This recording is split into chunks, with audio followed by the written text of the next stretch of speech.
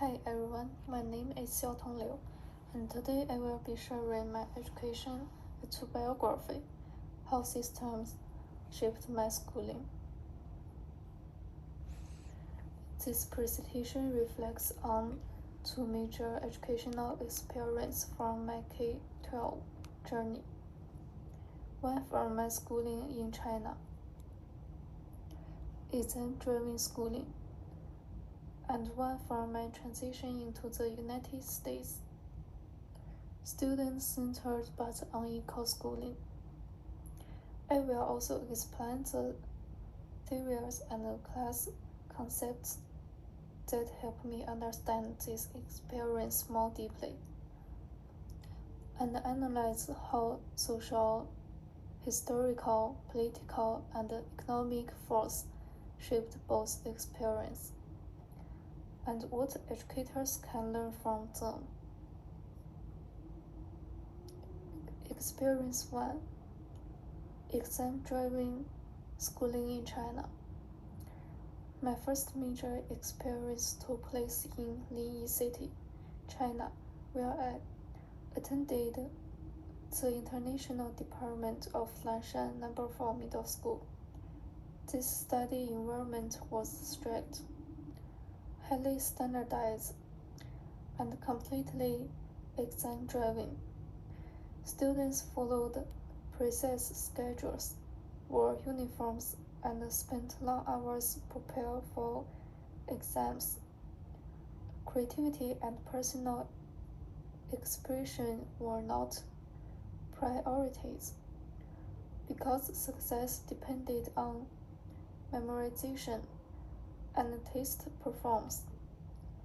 According Newton explains that standardized curricula suppress creativity and force students into narrow academic modes. This reflects the rigid, exam-driven environment I experienced in China. This experience stayed with me because it shaped how I viewed myself as a student. I learned discipline and hard work, but I also felt pressure, stress, and a lack of individuality. Structural factors behind Chinese schooling. National curriculum controlled by central government. Tracking into academic vocational paths. Household registration system limits access to high-quality schools. Family wealth determines access to tutoring resources. I think one thing that is completely different from American education is that in China, high school students have to determine their university major and cannot change it. Unlike when I first came to America, I couldn't study kinds of subjects and eventually determine the major I liked.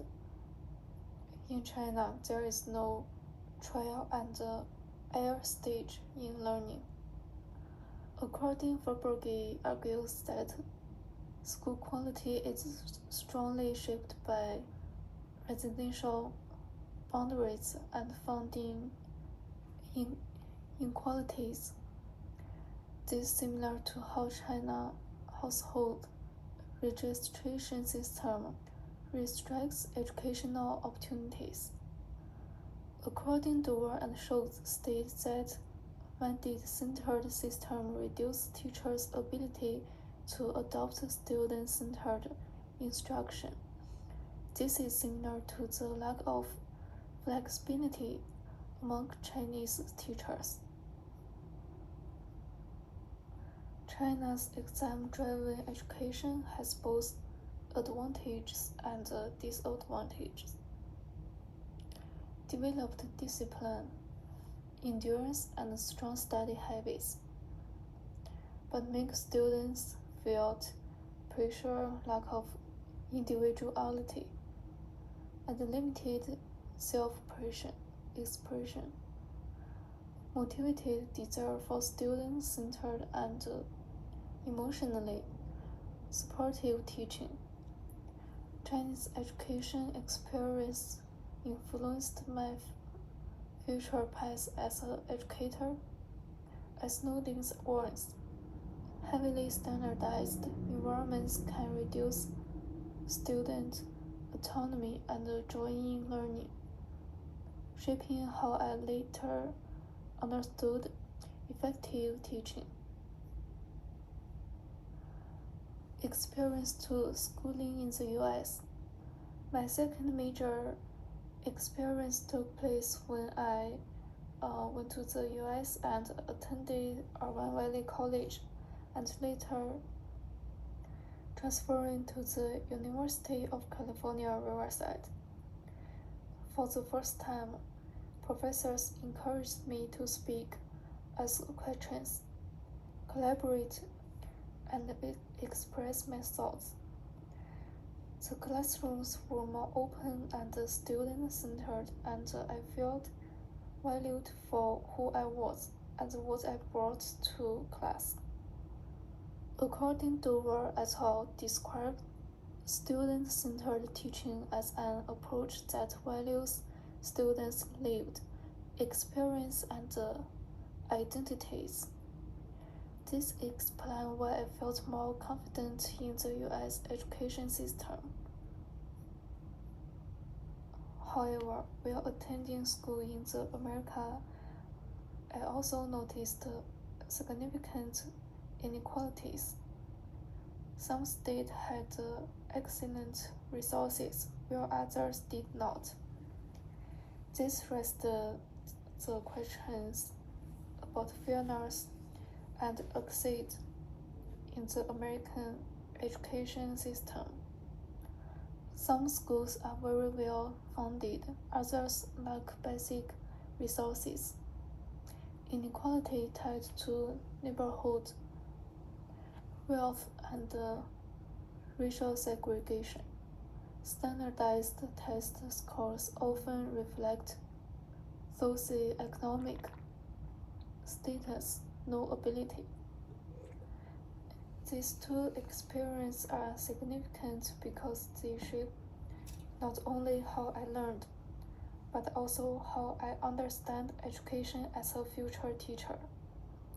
Perky explains that redlining created segregated neighborhoods whose effects still determine school boundaries today. Faberge adds that school funding still relies on local property taxes, which disadvantages historically marginalized communities. These ideas helped me understand why US schools vary so much in quality. According, Rustin argues that segregation was not an accidental, but it's the result of deliberate housing policies that continue to shape educational inequality. According to Alt and colleagues, explain that when teachers show authentic, carry a deep care rooted in respect for students' identities. Multilingual learners gain agency, voice, and confidence. This reflects my own experience adjusting to American classrooms, where caring teachers helped me feel more confident and welcomed. My educational journey offers several lessons for educators. Rigor is not enough. Students also need creativity, joy, and freedom. Nodens reminds us that over standardization harms students' development.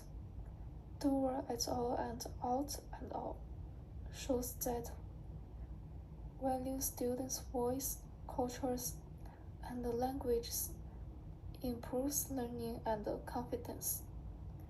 Inequality is systemic, not individual. Understanding redlining, funding disparities, and segregation helps teachers recognize the challenges many students face before they even walk into the classroom.